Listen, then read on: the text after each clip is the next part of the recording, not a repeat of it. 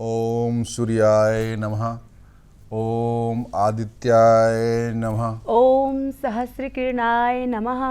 ओम मित्राय नमः। जय हो छठ जय हो मैया छठ मैया की। मैं रवि शुक्ला। और मैं मनोरमा पांडे। दोस्तों, कहा जाता है कि उगते हुए सूर्य की उपासना की जाती है और अंग्रेजों ने भी कहा है कि वी सैल्यूट द राइजिंग सन। जैसा कि हम जानते हैं कि हमारा भारतवर्ष त्योहारों का देश है और यहाँ विभिन्न प्रकार के त्यौहार मनाए जाते हैं, जिसमें छठ महापर्व एक विशेष पर्व है जो हमारे पूरे भारतवर्ष में मनाया जाता है। किंतु यह विशेष रूप से उत्तरी भारत या यूँ कहें कि हम ये बिहार और उत्तरी पूर्वी उत्तर प्रदेश में मनाया जाता है और ये साथ साथ नेपाल में भी मनाया जाता है। यही नहीं, ये उत्तर पूर्वांचल के असम सिलचर में भी यह त्यौहार बड़े धूमधाम से मनाया जाता है। तो अब हम इस त्यौहार को हम कैसे मनाते हैं सिलचर में, चलिए उसकी कुछ झलकियाँ हम अपने इस कार्यक्रम के माध्यम से, इन गीतों के माध्यम से देखते हैं। दर्शकों, सिलचर दूरदर्शन केंद्र की तरफ से छठ पर्व हमारी आस्था का महापर्व, इस पर विशेष प्रोग्राम जो आप सबके लिए प्रस्तुत करने जा रहा हूं और इसमें भाग लेने वाले कलाकारों का आप सबसे परिचय करवाता हूं। नमस्कार, मैं कौरवी मिश्रा। मैं शिव कुमार। नमस्कार, मैं दुर्गा हजम। नमस्कार, मैं अपर्णा तिवारी। नमस्कार, मैं पायल कानू। नमस्कार, मैं राजा रविदास। नमस्कार, मैं सुपर्णा तिवारी। नमस्कार, मैं निर्मल रविदास। नमस्ते, मैं वंदना कानू। और इसमें जिन वाद्यकारों ने अपना सहयोग दिया है, योगदान दिया है, जिनके मेहनत से इस गीत में चार चांद लगा है, उनमें ढोलक पर संगत कर रहे हैं राजकुमार और ऑक्टोपैड पे संजीव भट्टाचार्य, गिटार पर रूपम दत्तो हैं जिन्होंने अपना सहयोग दिया है और कीबोर्ड पर शुभंकर पाल जी हैं। कांच ही बांस के बहंगिया, बहंगी लचकत जाए, बहंगी लचकत जाए। अरे मनोरमा, रुक जाओ। जिस गीत को तुम भाव विभोर होकर गा रही हो, इस गीत को गाने वाले गायक गायिकाएं हमारे साथ हैं।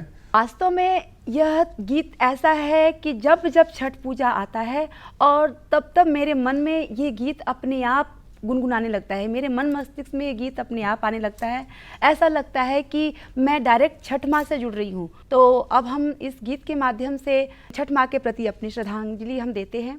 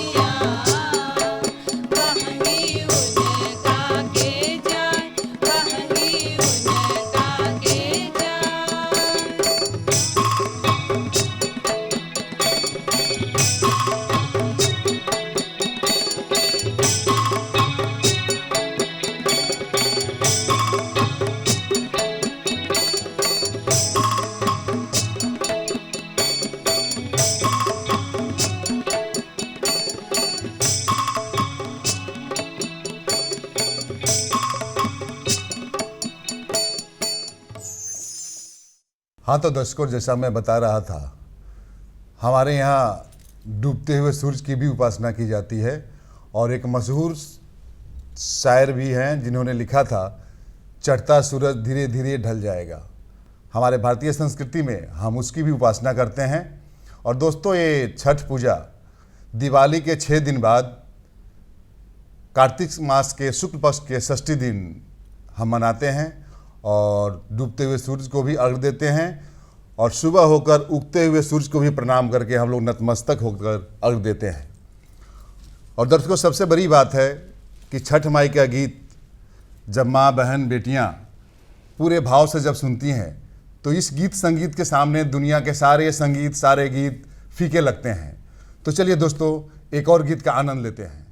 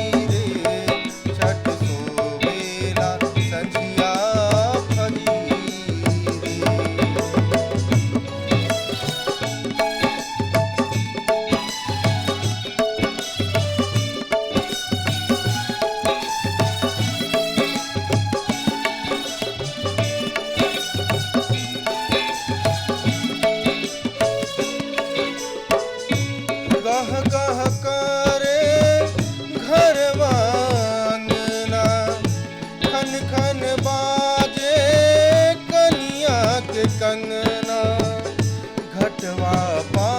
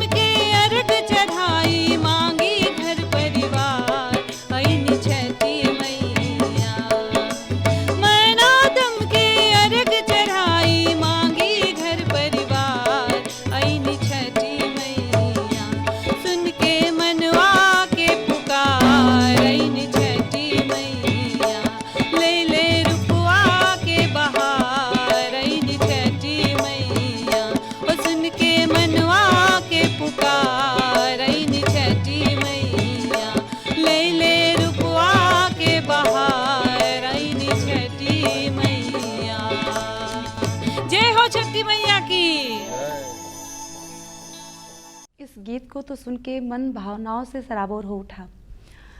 अच्छा, ये छठी मैया है कौन?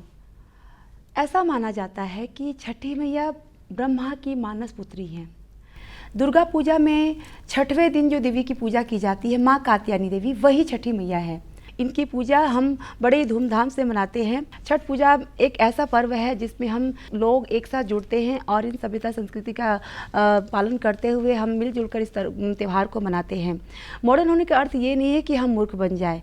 हम अपने सभ्यता संस्कृति को बचा के रहेंगे और हम इस पर्व के माध्यम से मिलजुल कर इस गीत का आनंद लेंगे। तो चलिए इस गीत को हम सुनते हैं। जय छठ मैया।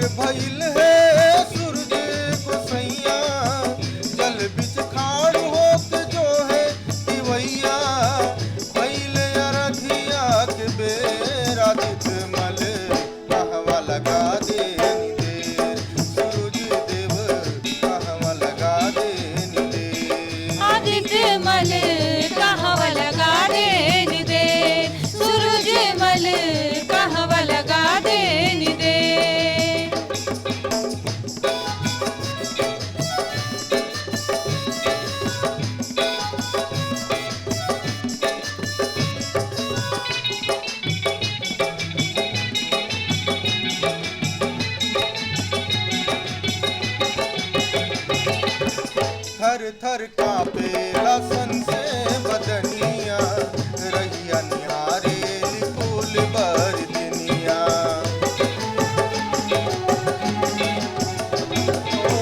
थर थर कांपे लसन से बदनिया, रहिया निहारे फूल बरदनिया। आस में अखियां बिछल बाट आई, अब नहीं रहुआ कतहु देरी लगाई। हो तट बहुते कुबेरा दित मल, कहवा लगा दे निदे सूरज देव, कहवा लगा दे निदे आदित्य मल, कहवा लगा दे निदे सूरज मल, कहवा लगा दे निदे।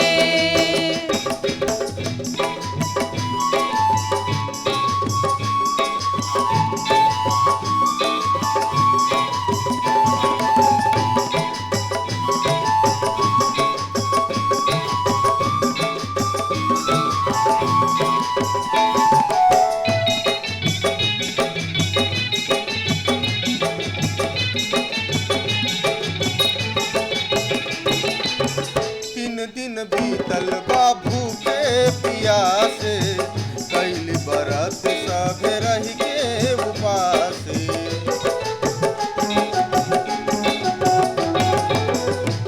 दिन बीतल बाबू के पियासे, कैली बरत सभे रह के उपासे।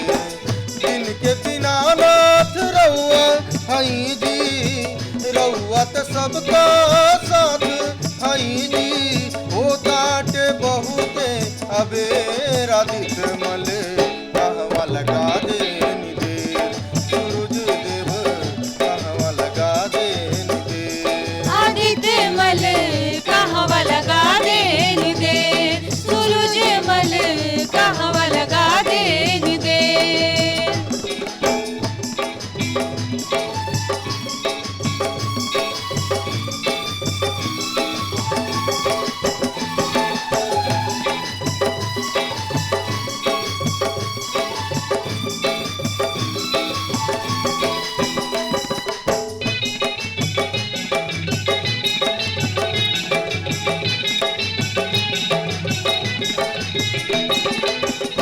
अर्जी विभा करके करी स्वीकार जी, कर सुकुमार संग में विनती गुहार जी।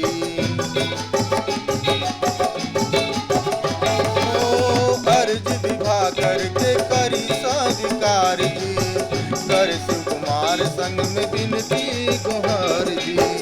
कबले रहब रउआ बोली अलोका, कृपा करी अब तो देर बाड़ा होता। कबले रहब रउआ बोली अलोका, कृपा करी अब तो देर बाड़ा होता। भगैले बहुते अबेर आदित्य मल कहवा लगा दे देर, सूरज देव कहवा लगा दे देर। आदित्य मल कहवा लगा देन दे, सूरज मल कहवा लगा देन दे। आदित्य मल कहवा लगा देन दे, सूरज मल कहवा लगा देन दे। आदित्य मल कहवा लगा देन दे, सूरज मल। मनोरमा, पता है आपको, एक बड़ी ही मान्यता है और ये हकीकत भी है, सच्चाई भी है, तो दर्शकों को बताएंगे भी। और छठी मैया के महिमा से जुड़े हुए कुछ बात दर्शकों से हम लोग साझा करते हैं। मनोरमा, ये हमारा देश भारतीय संस्कृति से भरा हुआ त्योहारों का देश है और हम कितने भी तरक्की क्यों ना कर ले, लेकिन हमें अपने संस्कार को नहीं भूलना चाहिए। तो मनोरमा, इस मान्यता में एक और मान्यता ये भी शामिल है कि जो व्रती छठ पूजा करते हैं और पूजा करने के बाद उनके वस्त्र को जो भी इंसान गंगा जल में धोकर स्पर्श करता है, उनके शरीर में जो भी रोग व्याधि हो, चाहे वो चर्म रोग हो, किसी भी तरह की बीमारी हो, उससे उनकी बीमारी मिट जाती है। ये धारणा है और ये मान्यता प्राप्त है, इसे मान्यता भी मिला है, लोग मानते भी हैं। दूसरी बात कि इस पूजा में छठ व्रत के लिए जो प्रसाद बनाया जाता है, जिसमें कहीं से भी लहसुन प्याज ये सब का इस्तेमाल तो नहीं किया जाता है, नमक का भी इस्तेमाल नहीं होता है, और इस प्रसाद को जितना बांटा जाए, जितने लोगों को दिया जाए, उतना ही पुण्य होता है और उतने ही लोग अपने आप को सौभाग्यवान मानते हैं कि प्रसाद उन्होंने दूसरे को दिया। तो छठ माँ की महिमा अपरंपार है और इसके बाद ही चलिए अब एक गीत का और आनंद लेते हैं जी। कब हूँ ना छोटी छठी मैया, हमनी से बरत तोहार। कब हूँ ना छोटी छठी मैया, हमनी से बरत तोहार। तोहरे भरोसे हमनी के, छूटी नहीं छठ के त्योहार।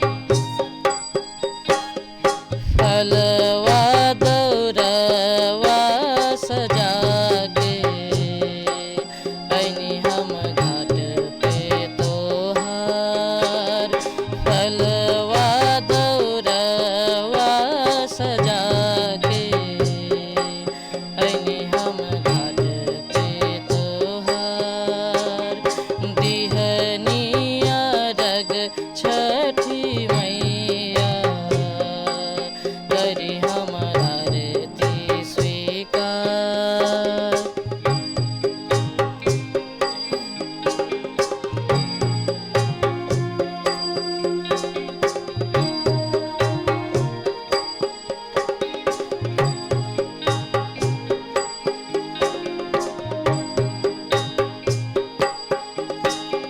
कब ना छोटी छठी मैया हमनी से भरत तोहार कब ना छोटी छठी मैया हमनी से भरत तोहार हमनी से भरत तोहार हमनी से भरत तोहार। यह त्यौहार बहुत ही भावुक त्यौहार है। इस त्यौहार में मन भावनाओं से कूट कूट के भर जाता है, लेकिन इस त्यौहार में जितनी भी सामग्रियाँ उसमें उपयोग की जाती हैं सारे इसमें नेचुरल होते हैं, प्राकृतिक होते हैं। प्रकृति से जुड़े हुए जितने भी फल प्रसाद जो भी होते हैं इसमें प्रयोग किए जाते हैं। कहीं भी इसमें आर्टिफिशियल चीज़ों का इस्तेमाल नहीं होता है। यहाँ तक कि जो ठेकुआ और कसार जो होते हैं ये इसका मुख्य प्रसाद होता है, और ये प्रसाद प्राचीन काल से ही घर में बनते आ रहा है। और इस फल प्रसाद इन सबको रखने के लिए भी हम बांस से बनी हुई टोकरी और सूप का प्रयोग करते हैं, जो एक तरह से इको फ्रेंडली भी हैं। और एक बात मैं आपको कहना चाहती हूँ कि ये त्यौहार सामूहिक त्यौहार है। सब मिलजुल कर इस त्यौहार को मनाते हैं। घर के सारे सदस्य इसमें बराबर भूमिका निभाते हैं। सब एक दूसरे की सहायता करते हैं। ऐसा नहीं है, हर लोग छोटे से बड़े, हर बच्चे बूढ़े सब मिलकर छठ माँ की उपासना करते हैं। छठ माँ का स्वागत की तैयारी दिवाली के बाद से ही करने लगते हैं। तो दर्शकों में यही कहना चाहती हूँ कि आप सब छठ माँ की जय कहें और एक नया गीत सुनें। बन पार देसी आज गईला शहर तू बिसरा के लोग आपन गाँव के घर तू उहे घरवा उहे रहिया पुकारे हो छठी मैया रसता निहारे जय हो छठी मैया बुलावे छठी मैया। अंगना में जीजी संग मौसी छठी माई के गीत गाए छठी माई के गीत गाए। सज धज के नई की दुल्हन परब के ठेकुआ बनाए परब के ठेकुआ बनाए। हे छठी मैया हो ना सहाय हे छठी मैया हो ना सहाय।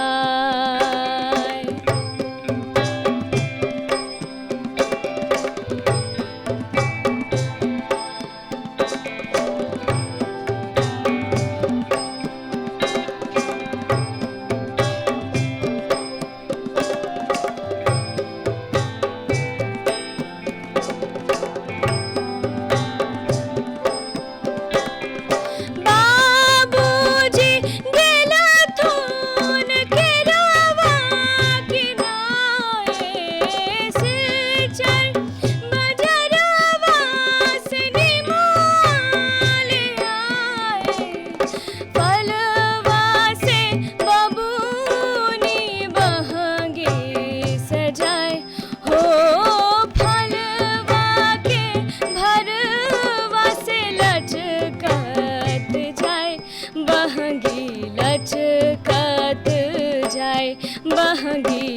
लचकात जाए।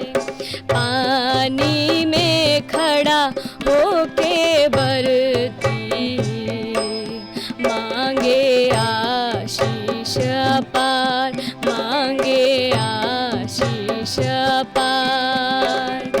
सबके सुहागिन रखिहा, दीहा उमर हजार, दीहा उमर हजार।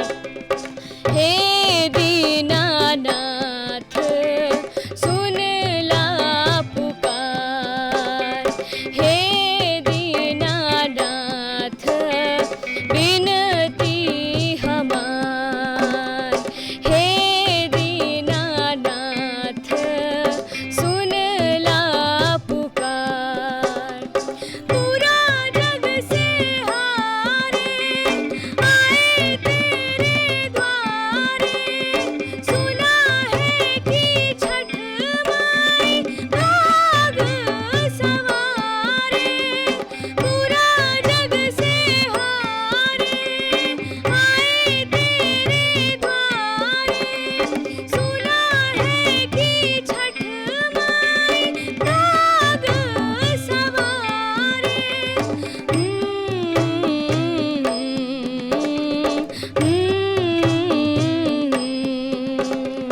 हे दीनानाथ सुन ला पुकार।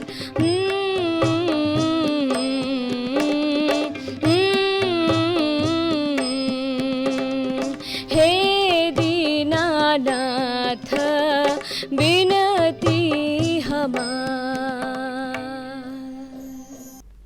इस छठ पर्व से जुड़ी कई कथाएं प्रचलित है, जिनमें से एक कथा यह भी है कि राजा प्रियव्रत की कोई संतान नहीं थी और उन्होंने संतान प्राप्ति हेतु छठ माँ का व्रत भी किया था। और एक कथा के अनुसार महाभारत काल में द्रौपदी ने भी यह व्रत किया था और उनके साथ सूर्यपुत्र कर्ण ने भी यह व्रत किया था। अच्छा, दूसरे दिन की अब तैयारी शुरू हो जाती है। दूसरे दिन अर्थात खरना का दिन।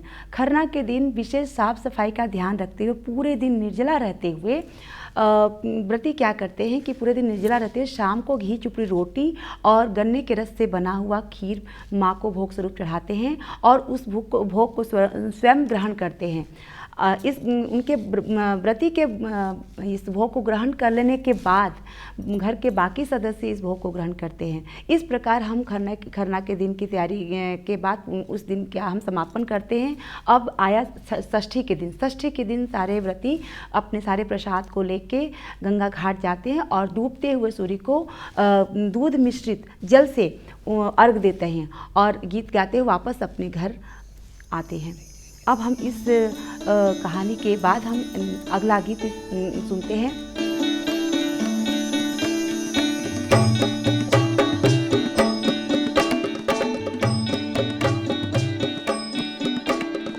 आठ ही काठ के कोठरिया हो दीनानाथ, रूपे छान लाग केवाड़। आठ ही काठ के कोठरिया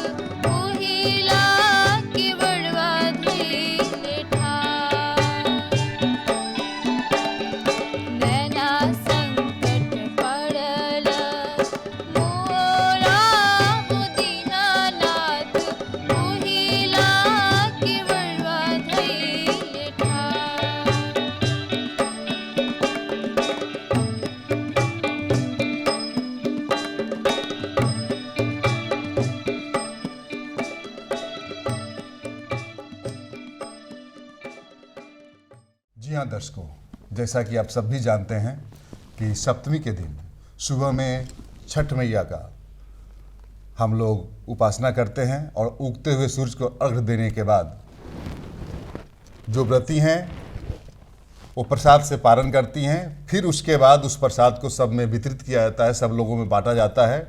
और ये हमारी धारणा है, हमारी परंपरा है, प्रसाद जितना बांटा जाए उतना ही पुण्य की बात है।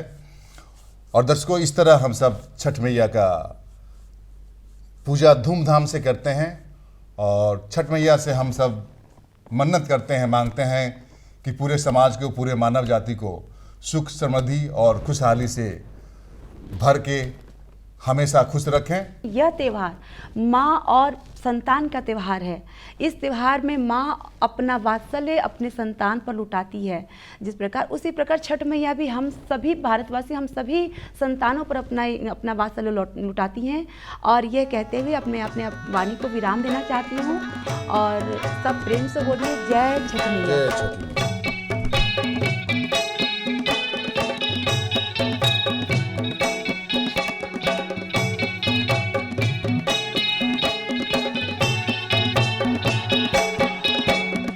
चानन ताने चले ले महादेव, टूटी भरा धोती भीजे, टूटी भरा धोती भीजे, अभी जतात धोती मोरा भीजे।